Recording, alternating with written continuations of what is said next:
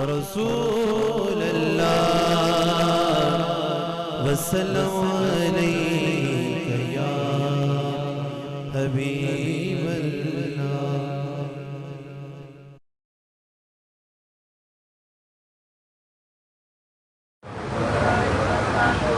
حضرات گرامی، میں نے آپ حضرات کے سامنے سورہ بقرہ کی چند آیت مبارکہ کی تلاوت کا شرف حاصل کیا ہے۔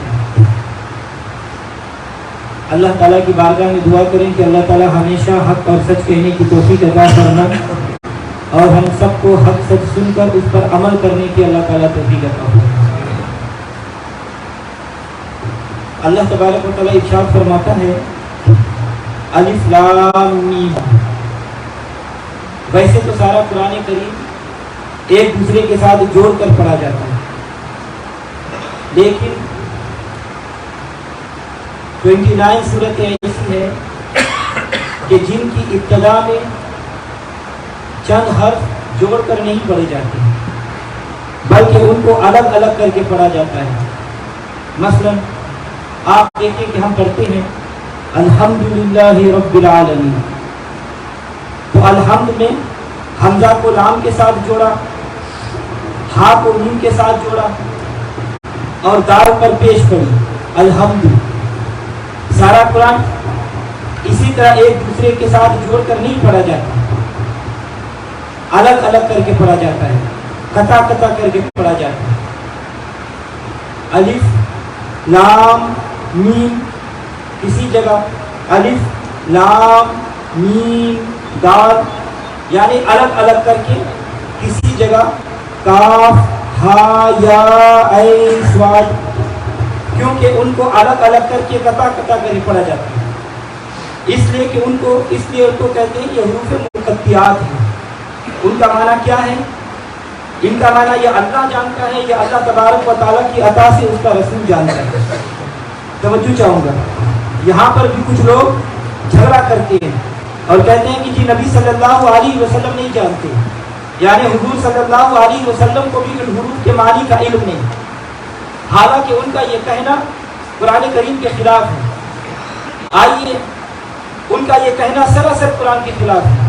آئیے اللہ تبارک و تعالیٰ کی کتاب سے پوچھتے ہیں، اے اللہ کی کتاب تو سچی ہے، تو سچی اور لاریب ہے، تو مشعل راہ ہے، تو منارہ نور ہے، تو ہماری رہبر و رہنما ہے، تیرے اندر پوری کائنات کے مسائل کا حل موجود ہے، تو انسان کے لیے ابتدا سے لے کر انتہا تک، محض سے لے کر لحد تک، ماں کی گود سے لے کر قبر کی کوٹری تک بندے کی ہر مشکل موڑ پر رہنمائی کرتی ہے۔ ہمیں یہ ارشاد فرما کہ اللہ نے نبی کو قرآن پڑھایا، کتنا سکھایا، کتنا پڑھایا، تو اللہ تبارک و تعالیٰ ارشاد فرماتا ہے الرحمن علم القرآن، اب رحمان نے اپنے محبوب کو سارا ہی قرآن سکھا دیا۔ اب کوئی حرف ایسا نہیں، اب کوئی آیت ایسی نہیں، اب کوئی لفظ ایسا نہیں کہ جس کا معنی، جس کا ترجمہ اللہ نے اپنے محبوب صلی اللہ علیہ وسلم کو نہ سکھایا۔ یہ الف لام میم حروف مقطعات بھی قرآن میں ہے، تو اللہ تعالیٰ نے ان کا معنی بھی نبی صلی اللہ علیہ وسلم کو سکھا دیا۔ توجہ چاہوں گا، اس سے معلوم ہوا کہ نبی صلی اللہ علیہ وسلم کو پڑھانے والا اللہ ہے۔ اب آپ غور فرمائیں کہ نبی صلی اللہ علیہ وسلم کا استاد اللہ ہے اور شاگرد کون ہے؟ حضور صلی اللہ علیہ وسلم۔ تو جبریل استاد نہیں ہے۔ ارے خود ہی سوچ لو کہ جس کا پڑھانے والا اللہ ہو، اس شاگرد کا پڑھانے والا اللہ ہو، جس کا استاد اللہ ہو، اس شاگرد کی شان کا کیا علم ہوگا؟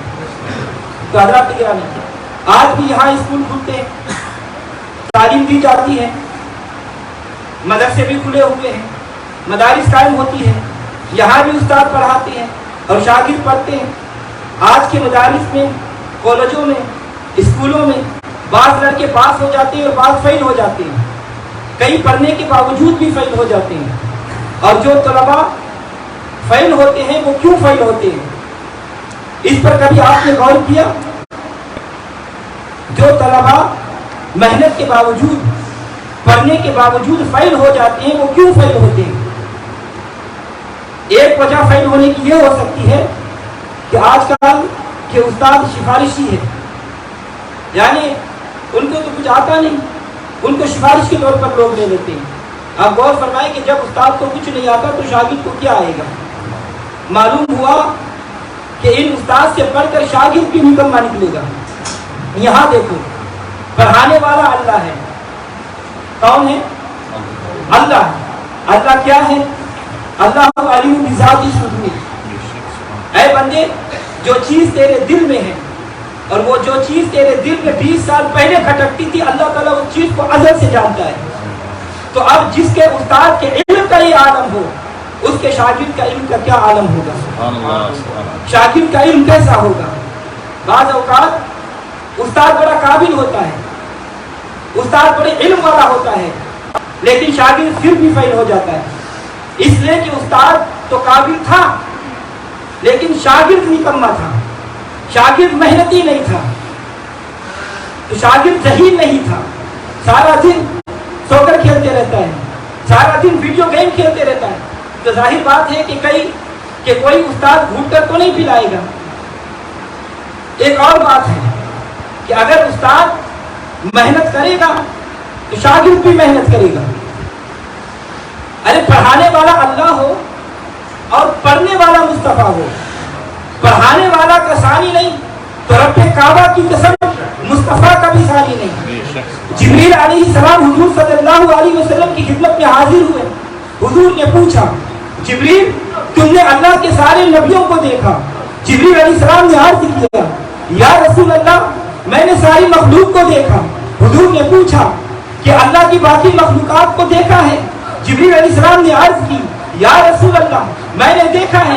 حضور صلی اللہ علیہ وسلم نے فرمایا کہ جبریل کیا تجھے اللہ کی ساری مخلوق میں علم میں حلم میں کمال میں مجھ مصطفیٰ جیسا بھی کوئی نظر آیا؟ تو جبریل علیہ السلام نے عرض کیا یا رسول اللہ میں نے ساری زمین کو الٹ پلٹ کر دیکھا لیکن یا رسول اللہ مجھے آپ جیسا ایک بھی نظر نہیں آیا. یا رسول اللہ علم میں آپ افضل ہیں, یا رسول اللہ علم میں آپ افضل ہیں, یا رسول اللہ کمال میں آپ افضل ہیں, یا رسول اللہ جمال میں آپ افضل ہیں. اسی لیے میرے سرکار اعلیٰ حضرت عظیم الملت مجدد دین و ملت شاہ احمد رضا خان فاضل بریلوی رحمۃ اللہ علیہ اسی حدیث کا ترجمہ اپنے الفاظ میں یوں بیان کرتے ہیں کہ وہی رب ہے جس نے تجھ کو ہماتن کرم بنایا, وہی رب ہے جس نے تجھ کو ہماتن کرم بنایا, تم ہی شافی بلایا, تم ہی دافی بلایا, کون تم سا کون آیا. سبحان اللہ.